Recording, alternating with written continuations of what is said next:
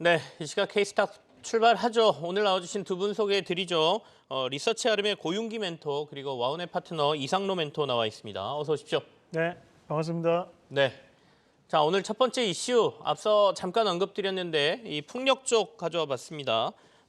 세계에서 풍력의 뒤에 터빈 만드는 회사 중에 1위가 베스타스라는 회사예요. 이 회사하고 국내 업체하고도 굉장히 관련이 높은데 이 베스타스가 우리나라에 3억 달러를 투자하겠다. 아시아 본사도 한국으로 옮기겠다. 이런 발표를 했습니다.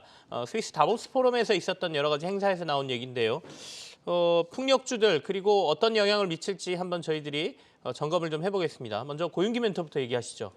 네, 일단 다보스 포럼은 그 71년부터 시작된 매년 스위스에서 열리는 행사라고 보시면 좋은데요. 높으신 분들이 다 오는 국제 민간 회의라고 보시면 될 것 같습니다. 우리나라 같은 경우에는 윤석열 대통령뿐만 아니라 원희룡 국토부 장관 그리고 최태원 상공회의소 회의장까지 가 있는 그런 상황이기 때문에 대한민국을 어떻게 보면 홍보를 하고 그리고 여러 가지 어떤 세일즈 활동을 진행을 하고 있는 그런 상황이라고 보시면 좋을 것 같습니다. 특히나 지금 대한민국은 부산 엑스포 유치를 위해서 그 코리아 나이트를 개최하는 활발한 홍보 활동을 하고 있는데요. 아무래도 이 다보스 포럼에는 많은 분들이 높으신 분들이 참석을 하다 보니까 다양하고 그리고 긍정적인 소식들이 많이 들려오고 있습니다.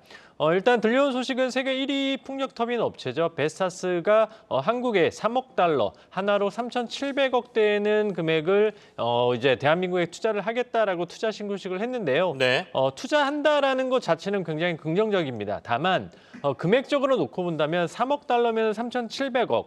통상적으로 풍력 단지를 조성하는 비용이 조 단위임을 가정할 때는 그리 큰 금액은 아닙니다. 그렇지만 싱가포르에 있는 베스타스의 아시아 태평양 지역 본부를 한국으로 이전한다라는 그런 상징적인 부분에 있어서 의미를 둘 수 있고요. 무엇보다도 윤석열 대통령의 세일즈 외교가 지속되고 있다는 점에서 좀 의의를 둘 수가 있을 것 같습니다. 네. 그리고 미중 갈등과 함께 러시아와 그리고 우크라이나 사태로 지정학적으로 글로벌적으로 리스크가 불거진 상황에서 각 기업들의 어떤 새로운 투자처로 대한민국이 떠오르고 있다라는 점도 좀 상징적인 의미로 둘 수가 있을 것 같습니다. 결국 이러한 이슈는 우리나라 어떤 GDP나 그리고 일자리 창출과 같은 부분에 있어서는 도움을 줄 수는 있지만 금액적인 측면에서 그리고 주가적으로는 파급력은 조금 덜한 이슈라고 판단해 볼 수 네. 있을 것 같습니다. 본질적으로 풍력이나 태양광이나 원전 같은 경우에는 수주 산업입니다. 수주 잔고가 다양하고 그리고 국가가 다변화돼야 되고 그리고 신규 수주가 더 네. 많이 들어와야 되는 그런 부분인데요. 아직은 이러한 부분이 좀 미흡한 것은 사실입니다. 그렇지만 글로벌 정부가 친환경에 피치를 올리고 있는 것만큼 해외 수주에 대한 기대는 충분히 기대를 걸 수 있을 것 같습니다.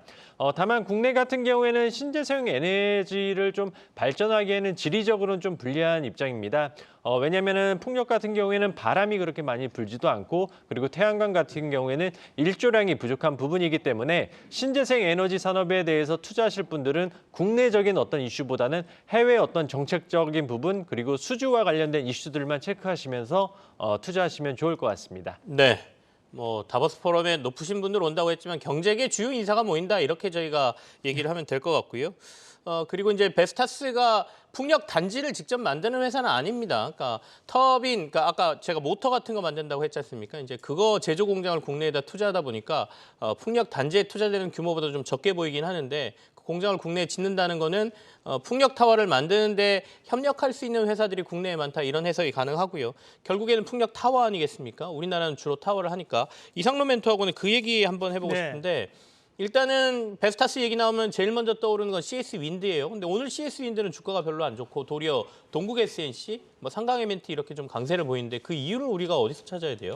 우선 이제 시장에 대한 평가는 상당히 좀 냉정하게 진행된다고 저는 판단합니다. 네네. 일단 지금 베스타스에 대한 투자 소식이 들렸지만 실질적으로 여기에 대한 국내 투자가 이루어졌을 때 그에 따라 이제 산업단지에 대한 증설이라든지 하는 부분은 국내에서에 대한 투자도 이어져야 되는 부분이 현실적으로 나타날 수밖에 없는 부분이고 앞서서 우리 앵커님이 잘 얘기를 해주셨는데 그 회사가 들어온다고 하더라도 그에 따른 공장 내에서 국내에 대한 기업들과에 대한 제휴 관계를 통한 뭐 부품에 대한 생산이라든지 이런 부분들이 결국 아시아 시장에 대한 허브, 뭐 전초적인 기지 역할을 하는 부분이라고 해석을 해줘야 되거든요. 네네. 그러면 거기에 대한 부분에서 이제 완성품을 만들어내는 것이 아니라 부품에 대한 생산을 좀 더 원활하게 해주겠다라는 뜻으로 받아들이고 있기 때문에 어떻게 보면 이제 우리가 작년 지금 윤석열 대통령이 얘기하는 재생에너지에 대한 뭐랄까 정책적인 기조와는 조금 다른 방향에 대한 부분이라고 좀 판단을 하는 것 같아요. 그래서 시장 자체는 상당히 제한적인 움직임이 좀 나타난다고 보고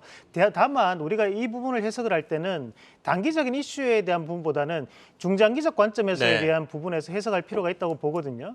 그러면 지금 현재 이런 풍력 단지에 대한 조성이라든지 또는 부품 공장에 대한 생산 공장 시설들을 늘린다는 것은 앞으로에 대한 전 세계적으로 재생에너지에 대한 부분 자체가 주도 패턴을 보일 수밖에 없다는 부분으로 우리가 좀 더 해석할 필요가 있지 않나. 그러면 이런 호재로 인해서 주가에 대한 저가 권역은 하방 경직성을 띌 수는 있겠지만 대신에 상승에 대한 원동력을 보이기에는 단기적인 이슈로는 좀 더 부족한 부분이 좀 더 많이 보인다라고 보고 오히려 빠진 종목군들에 대해서 다시 한 번 더 살펴보실 수 있는 전략으로 좀 임해보시자는 말씀드리겠습니다. 중장기적으로 볼 만한 이슈다라는 말씀이시고요. 기본적으로는 풍력이 조금 조종받는 모습이었거든요. 그러면 이번을 계기로 해서 이 조종권에서 좀 탈출할 수 있을까도 좀 궁금한데 이건 두 분한테 제가 같이 묻겠습니다. 고윤기 멘토께서는 어떻게 보세요? 풍력 같은 경우에는 기존에 말씀드린 대로 국내의 어떤 정책적인 그런 것보다는 글로벌, 약간 글로벌적으로 좀 친환경 정책이 조금 피치를 올리고 있는 그런 상황이기 때문에 어찌됐든 간에 해외 수주가 나와야 주가가 좀 발생하는 그런 부분이 있고요. 그리고 신재생 에너지에 대해서는 좀 눈높이가 많이 올라와 있는 그런 부분이기 때문에 주가적으로는 약간 좀 횡보 가능성이 조금 더 높지 않을까 이렇게 보고 있습니다. 일단 큰 수주들이 나와야 주가는 좀 올라갈 것이다. 횡보의 가능성이 좀 있어 보인다 이런 말씀이시고 이상로 멘토도 비슷하십니까? 네, 뭐 일단 현재 구간에서는 순환매에 대한 일환이라고 보는 게 맞을 것 같고요.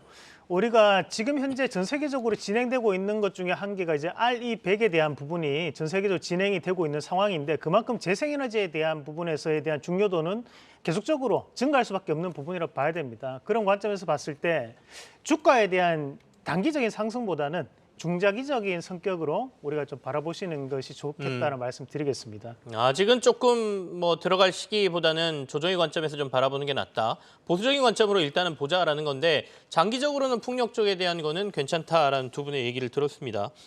자, 이제 스위스 다보스 쪽에서 들려오는 얘기는 풍력만 있는 건 아니었죠. 원전 관련 얘기도 지금 슬슬 또 나오고 있는데 이 폴란드, 체코 이쪽하고 원전 수출 논의를 정부가 하고 있다는 얘기가 언론을 통해서 또 전해지거든요. 원전 관련주들 한번 같이 살펴보겠습니다. 고윤기 멘토 얘기하시죠. 네, 일단 기존 정부가 현 정부와 가장 다른 점이라고 할 수 있는 부분은 바로 원전 사업이라고 볼 수 있을 것 같습니다. 지금 코리아 원팀이라고 불리고 있는 이제 민간 합동 수주단이 지금 비단 다보스뿐만 아니라 뭐 중동 그리고 유럽 쪽에서 활발한 활동을 통하고 있고요. 이에 따라서 당연히 정부에서는 그 원전 산업에 대한 어떤 정책적인 지원과 함께 수출을 위해서 많은 지원을 지금 아끼지 않고 있는 그런 상황입니다. 다보스 포럼에서 나왔던 것처럼 폴란드, 체코 같은 경우에 유럽 쪽은 특히나 한국에 대한 이미지가 굉장히 높은 편인데요. 왜냐하면 지금 폴란드 같은 경우에는 원전뿐만 아니라 방위 사업과 관련해서 굉장히 긴밀한 관계를 유지를 하고 있습니다.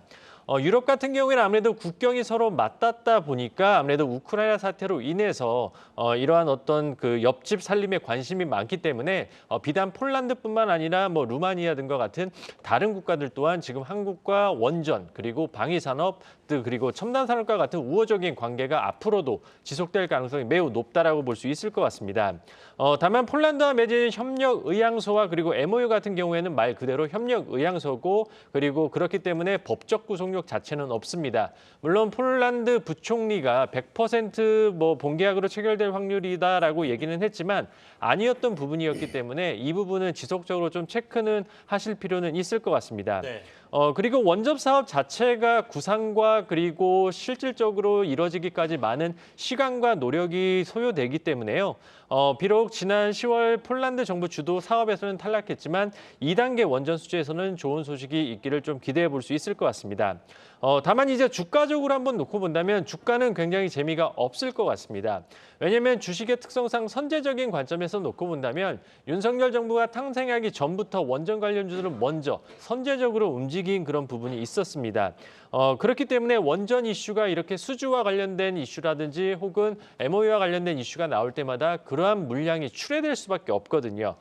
그렇기 때문에 원전 산업은 좀 장기간 소요된다라는 점, 그리고 향후 먼저 선제적으로 움직였다라는 그런 측면에서 주가적으로는 지지부진할 수밖에 없습니다. 그렇기 때문에 굉장히 지루하고 힘든 투자이지만 방향성 하나만은 가장 명확한 산업이지 않을까 이렇게 정리하도록 하겠습니다. 알겠습니다. 방향성은 원전도 명확하다. 정부가 워낙 힘을 많이 썼고 있고요. 해외 쪽에서도 에너지 문제에 대한 대안으로 지금은 원전을 찾을 수밖에 없는 상황이다. 이런 분석들도 많으니까요. 고윤기 멘토의 이 분석 의견 한번 참고해 보시고요. 이상로 멘토께서는 원전 관련은 어떻게 보십니까? 보통 이제 이런 수주가 임박했을 때 원전주는 좀 살만하다 이런 의견들 많이 받았었거든요. 예, 맞습니다. 뭐 원전 관련주가 지금 현재는 양치기 소년이 돼버린 상황이었죠. 우리가 앞에서도 계속적인 수주 얘기는 나왔지만 실질적으로 그런 결실 자체는 상당히 기대치에 이하인 부분들이 많았었는데 다만 지금 현재 시장에 대한 분위기를 한번 봤을 때도 추가적인 이런 이슈를 앞두고 난 다음에 현재 오늘 시장에서에 대한 반등도 나타나는 구간이라고 판단을 할 수 있겠고 우리가 중요하게 좀 봐야 되는 것이 윤석열 대통령이 작년 3월 10일 날 당선이 되셨습니다. 그 이후로 원전 관련주들이 상당 부분 상승세를 나오면서 개별주에 대한 부분에서는 적게는 50%, 많게는 100% 이상까지도 한 번씩 다들 상승이 나오고 난 다음에 지금 현재는 작년 대비해서도 주가가 더 많이 빠져 있는 그런 자리를 형성하고 있습니다. 이 말은 뭐냐면 결국에는 단기적인 낙폭과대에 대한 측면도 현재 시장에 상당히 강하게 형성되어 있다라는 부분으로 해석을 할 수 있거든요. 그러면 그런 차원에서 봤을 때 우리가 원전에 대한 부분 자체에 대해서 앞으로 장기적인 부분에서 이거는 정책적인 부분이기 때문에 반드시 갈 수 있다라는 부분보다 여기서 우리가 좀 더 한번 생각을 해봐야 되는 것은 현재 우리나라에서 원전 수출하는 부분 자체가 R200에 대한 부분에 해당할 수 있는 부분이냐라는 것을 한 번 더 판단해 볼 필요도 있어요. 네. 왜냐하면 현재 프랑스라든지 미국에서 추진하고 있는 원전은 SMR이라고 해가지고 소형 원전에 대한 부분은 우리가 R200에 대한 부분 포함 여부를 항상 얘기를 같이 하고 있지만 여기서 우리나라에서 얘기하고 있는 것은 원전에 대한 대형화를 얘기하고 있는 부분이거든요. 그래서 우리가 원전 관련 안에서도 종목별에 대한 양상들이 나타나는 것이 다른 것이 개별적인 움직임들이 좀 더 펼쳐질 수밖에 없는 상황이라는 거죠. 실질적으로 원전에 대한 수출이 이루어졌을 때 가장 직접적인 수혜를 받을 수 있는 기업들이 한전그룹들, 한전 KPS는 한전기술 같은 기업들이 될 수 있는데 아직까지 주가에 대한 부분 자체가 지지부진한 모습을 보인다는 것은 네. 시장에 대한 심리를 그대로 반영하고 있는 구간이 아닌가 그렇게 판단을 한번 해볼 수 있고 그래서 저는 이렇게 낙폭과대 측면에서에 대한 접근은 여전히 원전 관련주는 용이하지만 우리가 여기서 추세적인 부분에서 넘어갈 수 있는 부분으로 접근을 하기에는 조금 부담이 되지 않겠나라는 말씀을 좀 드리면서 단기간에 대한 테마성 움직임으로는 네. 우리가 트레이딩 관점에 접근해 보자는 말씀을 오히려 드리고 싶습니다. 트레이딩 관점에서만 접근이 가능하다 현재로서는 이런 말씀 주셨는데 자 그래도 나는 요즘 정부에서 계속 이런 얘기 나오고 유럽 쪽에서 폴란드, 체코 이쪽 수주 될 것 같고 해서 나 원전주 좀 투자해 볼래라는 분도 계실 거예요. 그분들을 위해서 만약에 그렇다면 이 종목 한번 보세요라고 할 만한 그 관련주는 어떤 게 있을까요? 고윤기 멘토 어디를 보면 될까요? 뭐 아무래도 원전하면은 그래도 조금 투자하시는 분들이 좀 편안한 투자를 좀 원하시기 때문에 네. 저는 두산 에너빌리티, 두산그룹주가 가장 유명하지 않을까 이렇게 보고 있습니다. 두산 에너빌리티를 봐라 이런 말씀이시고 우리 이상로 멘토께서는 만약에 그래도 난 원전 해볼래라고 하면 지금 어떤 거 봐야 될까요? 뭐 결국에는 단기적으로 우리가 트레이딩 관점으로 한번 접근해 보자 하면 일단 뭐 장기적 관점에서 본다면 한전그룹 내에서 한전기술이나 한전 KPS를 말씀드리고 싶고 다만 이제 단기적인 부분에서 나는 조금 더 트레이딩 관점에서 단기 수익을 좀 바란다 하시는 분들은 S&T 에너지라든지 또는 이제 그 전에 주도주 역할을 했던 BHI, 한신기계 그런 종목군들이 단기적인 성격에서는 상당히 강한 움직임을 보일 수 있다는 말씀까지 드리겠습니다. 알겠습니다. 저희가 이제 트레이딩 관점이라고 말씀을 드렸습니다. 뭐 길게 보기는 그렇고 어떤 이슈가 나오기 전에 조금은 재료성 매매 또는 단기적인 트레이딩 관점에서 본다면 이런 종목 한번 고려해 보시라라는 차원이니까요. 참고하시기 바라겠습니다. 다음 이슈로 가죠. 다음은 중국 관련 이슈입니다.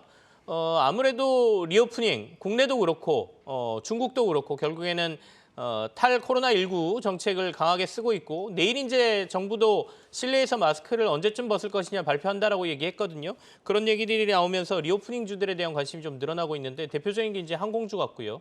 한번 얘기를 나눠보죠. 고윤기 멘토 얘기하실까요?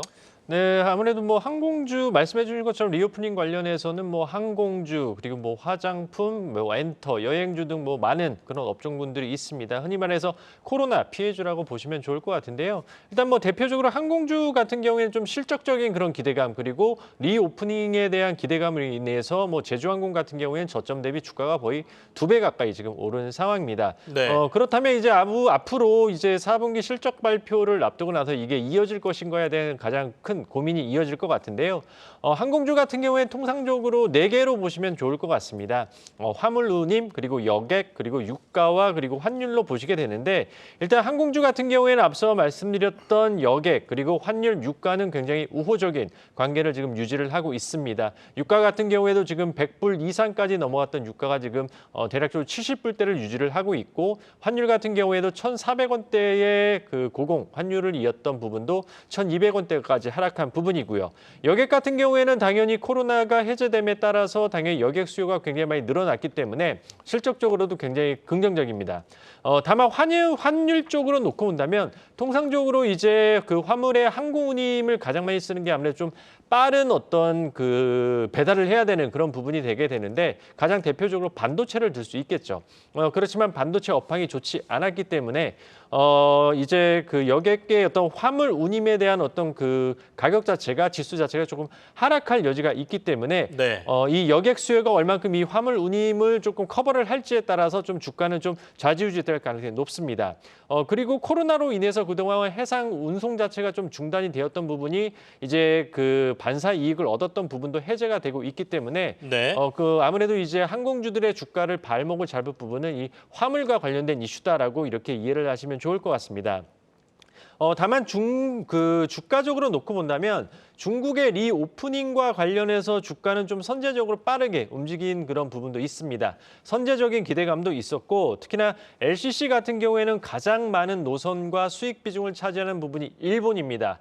일본이 열림에 따라서 여객 수송률 자체도 올라갔고 그리고 패키지 판매도 늘어난 것은 사실이지만 주가는 선제적으로 올랐기 때문에 조금은 쉬어갈 여지도 있다라는 점은 염두를 하시면 좋을 것 같습니다. 그리고 항공주에 있어서 지금 가장 큰 이슈라고 볼 수 있는 거는 저는 대한항공과 아시아나항공의 기업 결합 승인이라고 볼 수 있을 것 같은데요. 일단 중국 같은 경우에도 승인이 떨어진 부분이고 EU 같은 경우에는 2월 17일 날 결정이 될 예정입니다. 가장 중요한 미국이 지금 현재 연말에 나올 것으로 전망이 됐었는데 지연이 돼서 올해 나올 것으로 지금 전망이 되고 있는데요. 만약에 이 기업 결합 승인이 이제 그 통과가 된다면 아마 가장 수혜를 볼 수 있는 기업은 아시아나항공이 되지 않을까 생각을 하고 있습니다.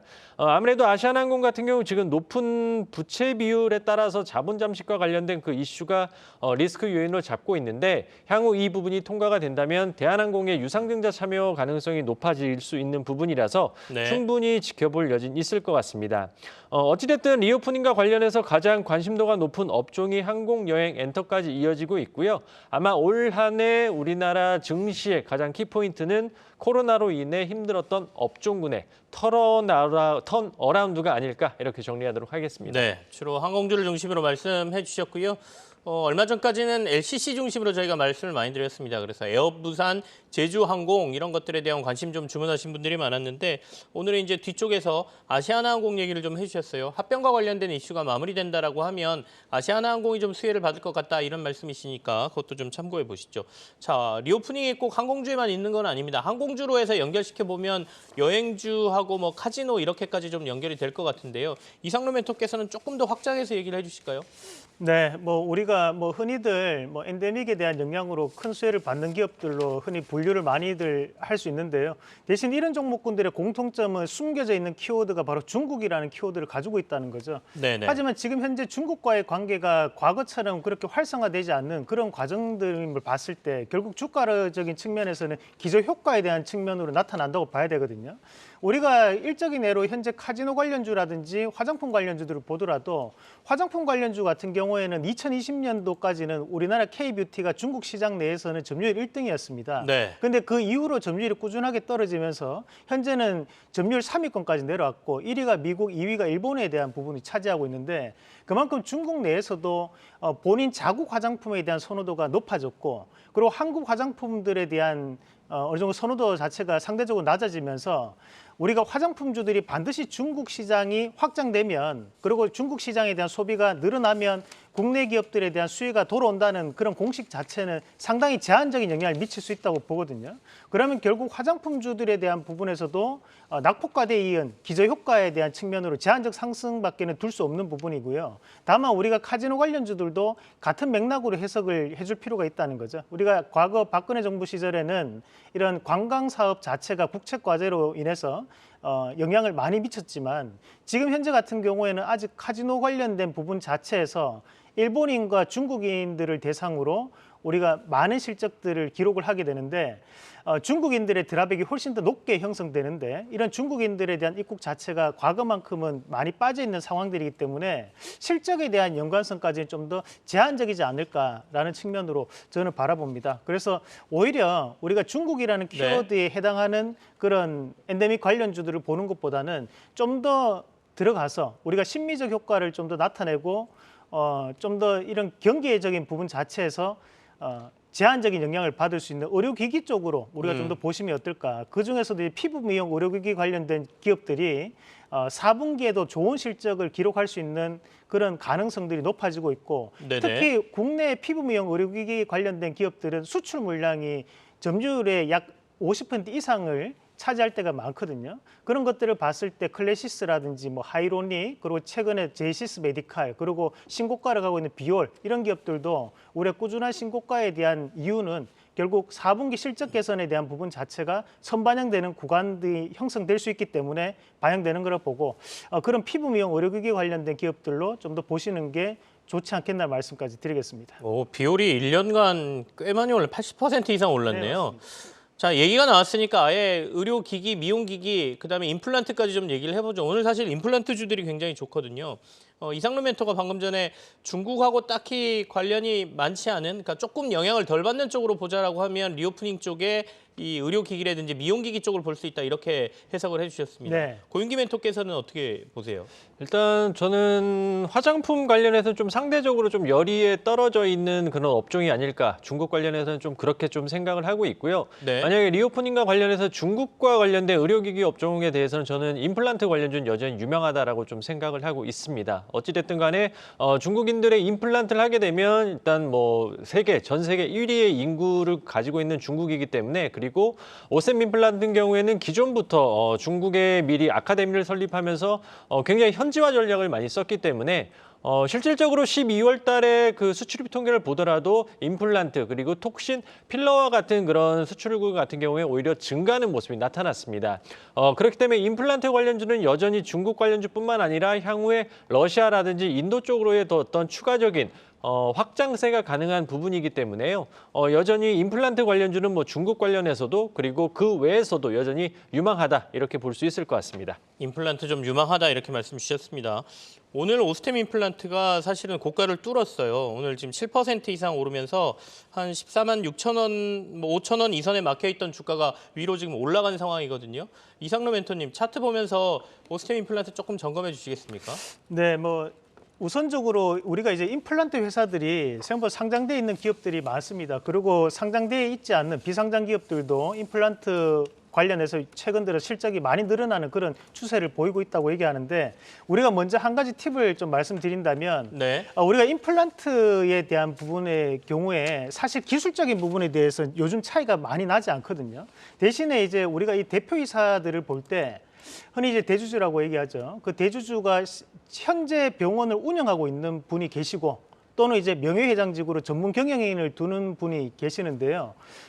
이런 이제 우리가 흔히 인맥 관리라고 네네. 또 표현을 할 수 있나요? 그런 인맥 방송용인지는 잘 모르겠지만 그런 임플란트는 어느 정도에 대한 라인들 자체가 좀 형성돼 줘야지만 네트워크에 있어야 네, 가능하다는 맞습니다. 말씀이시죠? 그런 네. 인적 네트워크가 구성돼 있어야지만 그만큼에 대한 수주도 이루어질 수 있는 것들이 많기 때문에 그런 관점에서 보면 이제 오스테 임플란트도 물론 좋은 모습을 보일 수 있지만 저는 탑픽으로 본다면 덴티움이 지금 현재도 병원 원장을 하고 계시기 때문에 네네. 좀 더 효과가 나타날 거라고 보고 오스테 임플란트에 대한 주가 추이를 보면 앞서서 한번 이슈가 악재 뉴스가 있었었죠. 그러고 난 다음에 현재 신고가에 대한 부분을 가는 모습인데 결국 4분기에 대한 기대감이 현재 시장에 반영된다고 봐요. 그러면 이 추세적인 부분 자체는 좀 더 상승에 대한 부분으로 나타낼 수 있는데 그 가격대는 한 18만 원 전후까지는 좀 더 추가적인 상승이 좀 이루어지지 않을까라는 말씀까지 함께 드리겠습니다. 네. 우리 고영규 멘토께서는 어떻게 보십니까? 오셈 임플란트 같은 경우에는 일단 실적적인 부분도 다 되어 있고요. 네. 수급적으로도 일단은 과거에 KCGI죠. 일단 흔히 말하는 이제 강성부 펀드에서도 주가적으로 주주 가치를 더욱더 극대화하겠다라고 이제 그 매수 공언을 한 부분이기 때문에 수급적으로도 유리한 그런 측면이고요. 비단 오셈 임플란트뿐만 아니라 덴티움도 괜찮은 그런 종목이기 때문에 이 임플란트와 관련된 시장에 대한 기대감은 유효하다. 이렇게 정리해 보시면 될 것 같습니다. 알겠습니다. 저희가 미용 의료기기 그리고 임플란트까지 좀 살폈습니다. 그다음에 오늘 시장에서 좀 괜찮은 게 엔터주 쪽이죠. 여러 가지 해석들이 나오고 있는데 최근에 이제 걸그룹 데뷔가 좀 많지 않습니까? 이 걸그룹들이 데뷔할 때마다 새로운 숫자들을 쓰고 있다. 그러면서 시장의 관심도가 좀 높아지는 것 같습니다. 얘기 좀 해보죠. 이상로 멘토부터 하실까요? 네. 우선은 이제 엔터주들 같은 경우에는 우리가 최근 들어서 좀 더 선풍적인 인기를 끌고 있는 것이 바로 이 미국 시장에 대한 부분인데요. 이번에 이제 뉴진스, 디토 같은 그 경우에도 미국 시장에서에 대한 인기가 현재 재부각이 되면서 현재 시장에서에 대한 부각이 나타나고 있는 그런 구간이라 좀 볼 수 있는 부분이고 결국 이제 이런 K 컨텐츠나 또 K 엔터 같은 경우에 글로벌적인 시장 자체에서에 대한 재평가가 현재 구간에서 이어지고 있다는 부분이거든요. 그런 이런 컨텐츠에 대한 부분에서에 대한 주가의 변화가 나타나고 있는 구간들이기 때문에 SM이라든지 JYP 엔터라든지 하이브 아니면 YG 엔터테인먼트 같은 경우에도 충분히 지금 구간들 같은 경우에는 공략을 할 수 있는 구간이라고 봐요. 그래서 이것을 단기적인 이슈가 끝난다고만 보지 말고 좀 더 장기적 관점에서에 대한 접근이 필요하다고 말씀을 드리고요. 그리고 우리가 과거 2020년도 전까지만 하더라도 콘서트 매출이 이런 엔터주들에 대한 매출에서 절반 이상을 차지했었습니다. 근데 이후로 우리가 코로나로 인해서 지금 콘서트 매출이 기하급수적으로 줄면서 지금 현재 엔터주들에 대한 매출도 크게 줄어드는 그런 양상들이 나타나는데 지금 현재는 다시 한번 오프라인 콘서트들이 열리고 있는 상황임을 감안했을 때 기업에 대한 주가 추이가 바로 실적에 대한 추이까지도 함께 연결될 수 있는 그래서 저는 실적이 긍정적으로 바뀔 수 있는 구간들이기 때문에 이런 엔터주에 대한 관심도 계속적으로 둘만하다는 말씀까지 드리겠습니다. 네, 알겠습니다. 자, 엔터주는 우리 고영규 멘토 어떻게 보고 계십니까? 저도 이상로 멘토님처럼 같은 의견입니다. 근데 이제 리오프닝과 관련해서 가장 큰 수혜를 볼 수 있는 어떤 리오프닝의 집약체가 저는 엔터주라고 생각을 하거든요. 왜냐하면 내가 좋아하는 가수를 보려면은 비행기를 타고 와야 되고 내가 좋아하는 가수가 이러한 화장품을 쓰네 하면서 화장품을 쓸 수도 있는 그런 부분이기 때문에 엔터주가 가장 큰 효과를 볼 수 있다라고 볼 수 있을 것 같습니다. 과거 H.O.T나 잭스키스 같은 어떤 1세대 아이돌들과 지금 4세대 아이돌들의 가장 큰 차이점은 뭐냐면 과거의 1세대 아이돌 같은 경우에는 국내 팬덤을 중심으로 이렇게 운영이 됐다고 한다면 최근 3, 4세대의 어떤 아이돌 그룹 팬덤 같은 경우에는 해외를 중심으로 이루어지고 있다는 게 가장 큰 특징이라고 볼 수 있고 두 번째 특징 같은 경우에는 기존의 1세대 같은 경우에는 음반 판매라든지 공연 수익을 통해서 이익을 얻었다면 이번 최근에 나오는 아이돌 같은 경우에는 본인의 IP를 활용한 어떤 웹툰이라든지 영화라든지 어떤 게임 등과 같은 다양한 영역으로 확장이 되고 있다는 그 확장성이 가장 큰 차이점이라고 좀 볼 수가 있을 것 같습니다. 네. 엔터주 같은 경우에는 일단 코로나 때도 양호한 실적을 기록하면서 주가 또한 지금 지속적인 우상향을 기록을 했습니다. 음반 판매라든지 IP 수익과 굿즈 판매 등을 위해서 아주 양호한 실적을 기록을 했는데 리오프닝으로 인해서 해제가 된다면 가장 큰 게 달라지는 부분은 뭘까요? 네, 말씀하셨듯이 공연 수익이 가미가 된다는 겁니다. SM-같이 회사의 어떤 내부적인 이슈로 인해 영업이익이 늘어나는 경우도 있기는 하지만 가장 큰 부분을 차지하는 부분은 바로 공연 수익이 올해부터 다시 본격적으로 붙는다는 점입니다. 그렇기 때문에 기존의 1세대 아이돌들이 국내 어떤 공연 수익뿐만 아니라 해외 공연 수익에 대한 기대감도 커질 수 있다는 점에서 네네. 엔터주는 여전히 긍정적일 수가 있습니다. 다만 BTS가 처음 나왔을 때 엔터주들의 멀티플을 대략적으로 50배 가까이 줬었는데요. 아무래도 BTS 부재로 인해서 이러한 눈높이는 좀 낮아질 수밖에 없다라는 그 이슈는 좀 체크를 해보실 필요가 있을 것 같습니다. 그리고 각 사사별로 리스크를 한번 살펴보게 되면 YG 엔터테인먼트 같은 경우에는 블랙핑크 이후에 이렇다 할 임팩트 있는 그룹이 없고 사법 리스크는 여전히 노출되어 있는 상황이고요.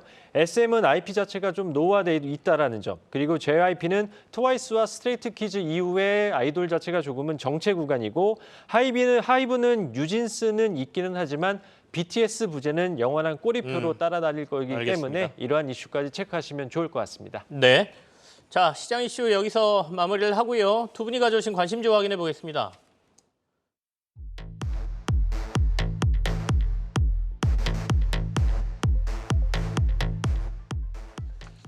네, 고윤기 멘토께서 가져오신 오늘의 종목은 로보티즈입니다. 자율주행 로봇 선두주자다. 최근에 로봇이 좀 뜨겁죠. 얘기를 좀 들어보고요. 그리고 이상루 멘토는 엔터주 가져오셨네요. 펜 엔터테인먼트, K 컨텐츠 재평가가 지속된다. 자, 먼저 고윤기 멘토 얘기부터 듣겠습니다. 네, 아무래도 시장 자체가 조금 지지부진한 그런 이슈들이 지금 나타나고 있는 그런 상황이기 때문에 시장은 그래도 성장에 대한 갈망이 굉장히 강한 그런 모습입니다. 최근 들어서 로봇 관련주들이 연일 강세를 띠고 있는데 로보티즈 같은 경우에는 이제 흔히 우리가 알고 있는 일개미라는 브랜드로 유명한 그런 업체라고 보시면 좋을 것 같습니다. 핵심 사업은 이제 로봇 분야에 특화된 핵심 솔루션을 개발해서 보급하는 건데요. 주요 제품은 이제 제품명 다이나믹 셀의 그 판매라고 보시면 좋을 것 같습니다. 일단 리서치 앤 마켓 보고서에 따르면은 자율주행 기술이 이제 그 연평균 16% 정도 성장하면서 2030년에는 100억 달러 수준으로 올라갈 것으로 지금 전망이 되는 것만큼 네. 로보티즈 같은 경우에는 자율주행 로봇에 대한 어떤 선제적인 어떤 선두 주자로 지금 나아가고 있는 그런 부분이기 때문에 충분히 기대감을 가져볼 필요는 있을 것 같습니다. 그래서 목표 주가는 일단 3만 원 제시해드리고요. 네. 손절가는 24,000원 제시해드리도록 하겠습니다. 알겠습니다. 로보티즈 3만 원에 손절가 24,000원 제시하셨습니다. 자, 펜 엔터테인먼트 듣겠습니다. 이상루 멘토. 네, 우리가 이제 주가에 대한 큰 변화가 이루어질 때가 이 턴어라운드가 나타났을 때 주가에 큰 변화가 이루어지게 되는데 펜 엔터테인먼트 같은 경우에도 2021년도, 2022년도 뭐 소위 얘기하는 것처럼 상당 부분 부진한 움직임들을 보여왔고 대신에 이제 현재 2023년부터 다시 한 번 더 날개를 펼 수 있는 그런 기대감을 가질 수 있다고 볼 수 있는데요. 네. 우선은 이제 이번에 제작할 수 있는 드라마들이 뭐 돌풍, 그리고 국민 사형 투표, 꽃선비 열애사, 인생, 반짝이는 워터멜론 등의 8편 이상을 지금 현재 준비를 하고 있는 과정들이고 이번 연도에 이제 많이 하는 것이 아니라 사실 과거에 2022년도에 진행하려고 했던 것이 계속적으로 연기가 되어 왔습니다. 그래서 이번 2023년도에 다시 한 번 더 계약 이전 성격이 강하다는 부분으로 우리가 판단해 볼 필요가 있는 부분이고요. 우리가 여기서 또 봐야 되는 부분이 앞서서 우리가 12월 달에 가장 강한 움직임들을 보였던 우리가 드라마 제작사 중에 한 군데가 바로 사마 네트워크스였거든요. 네. 그런데 이 사마 네트워크스가 지금은 물론 시청률이 상당히 안 나오는 이 두뇌공조라는 드라마에 대한 제작을 한다라는 부분의 기대감으로 주가가 상당 부분 상승을 해왔었고요. 그런 것들을 감안한다면 이런 드라마 제작사들은 그만큼에 대한 기대감을 가지고 주가에 대한 변화가 나타난다는 것을 알 수 있다는 겁니다. 그런 과정들을 봤을 때 지금 펜 엔터테인먼트에 대한 이런 준비작들이 많은 상황임을 감안했을 때 주가적인 부분에서도 충분히 박스권에 대한 돌파 가능성을 높게 판단하고 거기에 따른 부분에서 목표가는 6,000원, 네. 그리고 손절가는 4,800원 우선적으로 제시해드리도록 하겠습니다. 알겠습니다. 펜 엔터테인먼트 목표가 6,000원에 손절가 4,800원 제시하셨습니다. 고윤기 멘토의 앞서 저희가 로보티즈와 펜 엔터테인먼트까지 저희가 오늘 확인했습니다. 두 분 오늘 수고하셨습니다. 네, 고맙습니다.